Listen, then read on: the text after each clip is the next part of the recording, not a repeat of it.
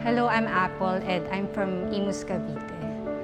My life was a mess before I met Christ. Nabubuhay lang ako for myself and did things that I thought would make me happy.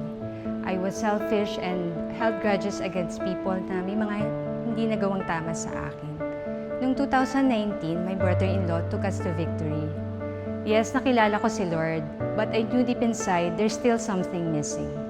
Fast forward to 2023, it was the hardest part of my life. My husband, a long-term dialysis patient, died. A week after na nilibing, may nakapa naman akong mass sa abdomen ko. Then after a month, yung favorite lolo ko naman yung nawala. And then yung mama ko naman have to go through a gallbladder operation. Alam mo yung sunod-sunod na problema, parang hindi ko na alam kung paano ko makakabangon. Nung pinatingin ko yung sa abdomen ko, the doctors were considering myoma or cancer.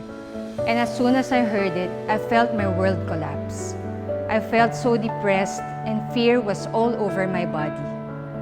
On the day of the surgery, sobrang kinabahan ako.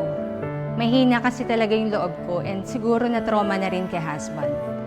Then the Lord spoke to me through a prayer in one of the hospital walls, and the daily devotion before the operation was Isaiah 41:10. Fear not, for I am with you. Be not dismayed, for I am your God. I will strengthen you, I will help you. I will uphold you with my righteous right hand. Simula noon, sinurrender ko na lahat kay Lord and I felt peace. So ayun na, the mass was removed and thank God it wasn't cancer. I realized that God had a plan for me and He wanted me to call deeply to Him. I was changed. I was no longer my old self and I wanted to seek Him more. I became a part of a small group sa Victory Imus, Lancaster, kung saan natulungan akong ma-strengthen yung faith ko. My sisters in Christ helped me deepen my relationship with the Lord.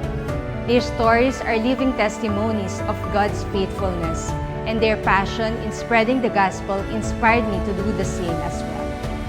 My faith was tested really hard. May mga dumarating pa ring mga trials. Surrendering my life to Jesus and being with a spiritual family who supports me in my journey was the best decision I've ever made. He showed me how good, loving, faithful, and merciful He was. He is really the God of the impossible. When He steps in, miracles won't stop coming in.